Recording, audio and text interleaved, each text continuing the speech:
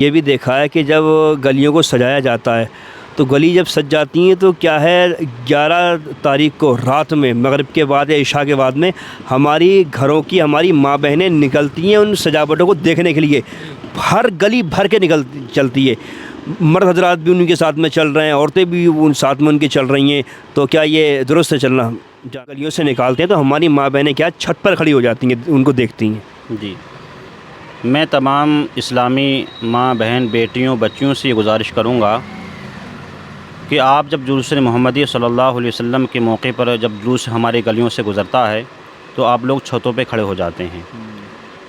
تو پہلی بات تو حتی الامکان کوشش یہ کریں کہ آپ جو ہے چھتوں پر نہ جائیں۔ اس سے ہوتا یہ ہے کہ کئی جگہ ایسے واقعات ہوئے ہیں کہ مکانات کے جو لنٹر ہیں وہ گر گئے ہیں اور یہ بھی ہوا ہے، بہت ہوا ہے، دیکھا ہے۔ اور دوسری چیز یہ ہے کہ اگر آپ جلوس محمدی صلی اللہ علیہ وسلم کو اگر دیکھنا چاہ رہی ہیں تو آپ پردے کے اہتمام کے ساتھ دیکھیں۔ سب سے اہم ضرورت یہ ہے کیوں قرآن مجید میں دونوں کے لیے حکم یہ آیا ہے، اس کا مفہوم یہ ہے کہ رب ارشاد فرماتا اے محبوب مردوں سے کہہ دیجئے کہ وہ اپنی نگاہوں کو نیچی رکھیں، اور عورتوں کے لیے میرے آقا صلی اللہ علیہ وسلم نے اللہ کا فرمان فرمایا کہ آپ عورتوں سے بھی کہہ دیجئے کہ وہ اپنی نگاہوں کو نیچی رکھیں۔ ورحمۃ اللہ، کیسے ہیں تمامی لوگ؟ امید کرتا ہوں سبھی لوگ خیر و عافیت کے ساتھ ہوں گے۔ میں آپ کو بتانا چاہتا ہوں آج ہمارے ساتھ میں ایک بڑی شخصیت موجود ہیں، جناب حضرت علامہ مولانا عطاء المصطفیٰ صاحب قبلہ یہاں تشریف فرما ہے۔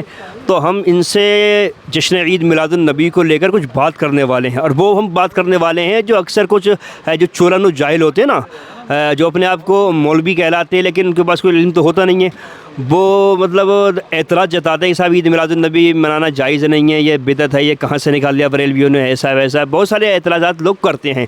تو اسی کو لے کر میں حضرت سے جناب گفتگو کرنے والا ہوں۔ گزارش ہے کہ آپ لوگ اینڈ تک ویڈیو کے اندر بنے رہیں۔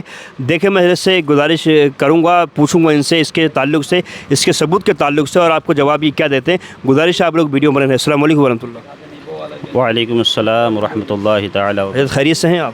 جی الحمدللہ۔ پہلے تو میں بہت بہت شکر گزار ہوں کہ اب آپ نے اپنا قیمتی وقت مجھے دیا۔ بس میں آپ سے جاننا ہی چاہتا ہوں، کچھ لوگ یہ بولتے ہیں کہ صاحب جشن عید میلاد النبی منانا، جلوس نکالنا، یہ سب مطلب خرافاتیں ہیں، بریلویوں نے یہ نئے نئے ڈرامے نکال رکھے ہیں اور کہیں سے کوئی ثبوت نہیں ملتا اس چیز کا۔ تو آپ کچھ بتائیں گے؟ جو لوگ کہتے ہیں صاحب آقا کی آمد جب مکہ شریف سے مدینہ شریف ہوئی تب بھی کسی نے کوئی خوشی ظاہر نہیں کی تھی، آپ اس کے بارے میں کیا کہنا چاہیں گے؟ جو آپ کے ذہن میں ہو، جو آپ نے کتابوں میں پڑھ رکھا ہو، وہ کچھ بتائیں ہماری ذرا آڈینس کو آپ۔ جی، بسم اللہ الرحمن الرحیم، لک الحمد یا اللہ، صلی اللہ علی محمد صلی اللہ علیہ وسلم۔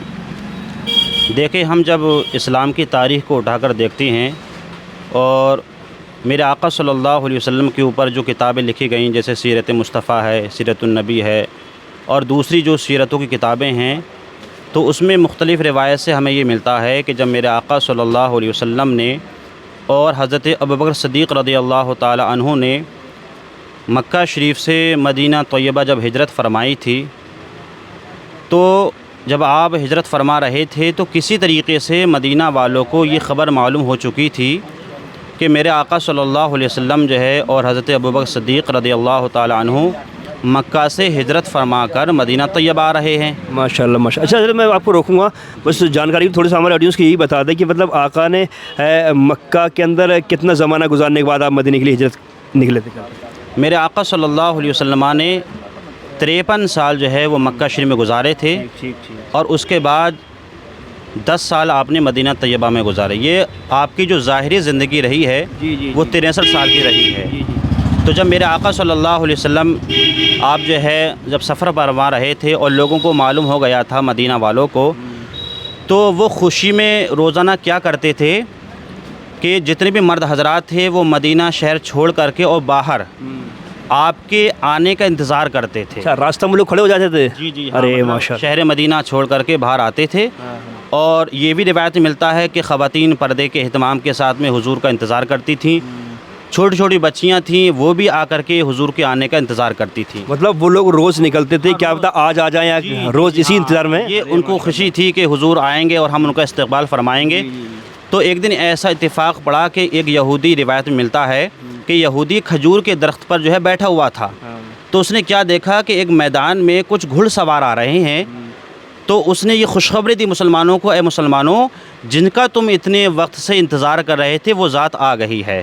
مطلب جب یہ انہیں خوشخبری سنائی اس یہودی نے تو تمام مسلمان خوش ہو گئے اور ان کی خوشی اتنی ظاہر ہو گئی کہ پورا مدینہ کے جتنے بھی افراد تھے وہ سب شہر کے باہر آ گئے اور باقاعدہ میرے آقا صلی اللہ علیہ وسلم کا استقبال فرمایا۔ ارے ماشاء اللہ، دیکھیے آپ حضرات، دیکھیے سوچی صحیح کتنی خوشی ہوگی کہ جب انہوں نے سنا ہوا کہ آقا کریم تشریف لے کر آ رہے ہیں، آمنہ کا لال تشریف لے کر آ رہا ہے، تو کیا وہ سما ہوگا ماشاء اللہ۔ آپ دیکھ لوگ ویڈیو بس بنے رہے دیکھیں، ماشاء اللہ بڑی اچھی بات بنے رہے ماشاء اللہ۔ اس کے بعد جو ہے جو بچیاں تھیں تو وہ دف بجا رہی تھیں حضور کی آنے کی خوشی میں، اور وہ اشعار بھی گا رہی تھیں، عربی کے اشعار۔ مطلب اس کا مفہوم یہ ہے کہ ہم پر ایک ایسا چاند اور سورج ہم پہ طلوع ہوا ہے کہ اس کے آنے پر ہمیں بہت خوشی ہوئی ہے۔ ارے ماشاء اللہ ماشاء اللہ۔ اور میرے آقا صلی اللہ علیہ وسلم جب مدینہ طیبہ آپ تشریف لے گئے تو جتنے بھی لوگ تھے انہوں نے آپ کا استقبال کیا، اور سب لوگ باقاعدہ آپ کو لے کر کے، اور ایک ہیں حضرت ابو ایوب انصاری رضی اللہ تعالیٰ عنہ، تو انہوں نے کہا حضور آپ ہمارے یہاں تشریف رکھیے، آپ ہمارے یہاں ٹھہریے۔ تو میرے آقا صلی اللہ علیہ وسلم نے فرمایا کہ میرا جانور جہاں بیٹھے گا میں وہیں رکوں گا۔ ارے ماشاء اللہ ماشاء اللہ۔ تو روایت میں ملتا ہے ایک باغ تھا، اس باغ کے اندر جو ہے وہ اونٹنی آپ کی ٹھہر گئی، اور میرے آقا صلی اللہ علیہ وسلم نے وہاں آرام فرمایا، اور تمام جو مدینہ کے لوگ تھے وہ آتے گئے، آپ کی زیارت کرتے گئے اور خوشی کا اظہار وہ کرتے گئے۔ ارے ماشاء اللہ ماشاء اللہ۔ یہ اس چیز کا تو ہمیں اس چیز سے ملتا ہے کہ یہ دیکھیں کچھ لوگ یہ کہتے ہیں کہ حضور اکرم صلی اللہ علیہ وسلم کے دور میں یہ چیز نہیں تھی، آپ لوگ جلوس نکالتے ہو اور آپ لوگ یہ کرتے ہو، آپ جھنڈے لگاتے ہو۔ تو ہم نے ایک کتاب میں پڑھا ہے کہ جب میرے آقا صلی اللہ علیہ وسلم اس دنیا میں تشریف لائے تھے تو حضرت آمنہ فرماتی ہیں کہ حضرت جبریل علیہ الصلوۃ والسلام 3 جھنڈے لے کر کے آئے۔ اے ہے ماشاء اللہ۔ جو لوگ جھنڈوں کا انکار کرتے ہیں تو آپ کی والدہ فرماتی ہیں کہ حضرت جبریل علیہ الصلوۃ والسلام 3 جھنڈا لے کر کے آئے، اور انہوں نے ایک جھنڈا جو ہے وہ مشرق میں لگایا، اور ایک جھنڈا مغرب میں لگایا، اور ایک جھنڈا کعبہ شریف کی چھت پر لگایا۔ ارے ماشاء اللہ۔ گویا کہ ہم اہل سنت والجماعت اور سنی مسلمانوں کے لیے سب سے بڑی دلیل ہے اپنے گھروں پر، اپنی مساجد پر، اپنے مدارس پر جھنڈا لگانے کی۔ ماشاء اللہ۔ اچھا ایک چیز اور بھی ہے نا، یہ لوگ خود اپنے گھروں میں اپنے برتھ ڈے مناتے ہیں، جنم دن مناتے ہیں، انہیں پھر کوئی اعتراض نہیں ہوتا ہے۔ اچھا ایک چیز میں اور جاننا چاہوں گا، میں نے یہ سنا ہے کہ مطلب کوئی صحابی رسول بھی تھے جنہوں نے اپنے امامہ شریف اتار کے اور سایہ مطلب کیا تھا، ایسا کچھ؟ جی ہاں، میرے آقا صلی اللہ علیہ وسلم کے ساتھ میں جو سب سے پہلے جو خلیفہ ہیں حضرت ابوبکر صدیق رضی اللہ تعالیٰ عنہ، تو یہ میرے آقا صلی اللہ علیہ وسلم کے ساتھ مکہ شریف سے آئے تھے، تو انہوں نے اپنا امامہ شریف اتار کر کے اور میرے آقا صلی اللہ علیہ وسلم کی سایہ کیا تھا، ارے ماشاء اللہ۔ تاکہ تمام لوگوں کے درمیان یہ امتیاز ہو سکے، یہ وہی ذات ہیں، یہ آخر الزماں ہیں کہ جو اس سائے کے نیچے بیٹھے ہوئے ہیں۔ ارے ماشاء اللہ ماشاء اللہ۔ دیکھیے ماشاء اللہ کتنی خوبصورتی کے ساتھ میں حضرت نے اور بڑی اچھے انداز میں ہمیں ساری کی ساری باتیں بتائیں۔ ہمارے ساتھ موجود ہیں حافظ القاری عبد الواحد صاحب قبلہ۔ قاری صاحب تھوڑا قریب شریف لے کر آئیں۔ میں آپ سے بس جو حضرت نے بتایا ماشاء اللہ بڑی دلی خوشی ہوئی، اور لوگوں تک یہ بات پہنچ رہی ہے ہمارے چینل کے ذریعے سے۔ میں آپ سے یہ جاننا چاہوں گا، آپ کیا مطلب نوجوانوں کو ایک پیغام دیں کہ جو نوجوان جلوس محمدی کے دن مطلب جو لنگر وغیرہ بانٹتے ہیں اس اور پھل وغیرہ بانٹتے ہیں، ان کو پیک کر کے وہ لوگ پھینکتے ہیں چھتوں پہ سے نیچے، کتنی بے ادبی ہوتی ہے، پھر گاڑی کے سیلنسر نکال لیتے ہیں اور ہارن گلیوں کے اندر شور شرابہ کرتے ہیں، کیا پیغام دیں گے آپ انہیں؟ دیکھیے ہمارے نبی کی تو یہ تہذیب ہی نہیں ہے کہ کچھ اس طریقے سے کیا جائے۔ نبی نے تو اس طریقے سے ہمیں بتایا اور دین پہ چلنا سکھایا کہ مومن کی پہچان ہی یہ ہے کہ جب مومن چلے تو لگے کہ باقی عاشق رسول ہے، اس کے چلنے سے دکھے کہ یہ عاشق رسول ہے، اس کی بولی سے دکھے کہ عاشق رسول ہے۔ اور رزق ہے، یہ رزق کی تو ویسی بے حرمتی ہے، اس کی تو تعظیم کرنا چاہیے، اور آپ ایک دم لنگر لوٹاتے ہیں پھر وہ زمین پہ گرتا ہے، پھر اس کی ڈبل جو ہوتی ہے بے حرمتی ہوتی ہے، تو یہ بالکل ہی غلط ہے، اور یہ لوگوں کو بھی پسند نہیں آتا، اور یہ غلط طریقہ ہے جو ہم لوگ آج اس طریقے پر چل رہے ہیں نا، یہ بالکل ہی غلط ہے اور ناجائز ہے، یہ ایسا ہونا ہی نہیں چاہیے۔ اور مسلم کی تو پہچان ہی ہے کہ جب وہ کہیں کھڑا ہو تو دیکھے کہ باقی ایک مومن کھڑا ہے، ایک سچا عاشق رسول کھڑا ہے۔ اور جلوس میں آپ لوگ آئیں تو میری سارے مومن بھائیوں سے یہ گزارش ہے، اپیل ہے، دل سے یہ دعا ہے آپ لوگوں کے لیے کہ آپ بالکل اس طریقے سے تیار ہو کے آئیں، امامہ شریف سر پر سجا کر کے آئیں،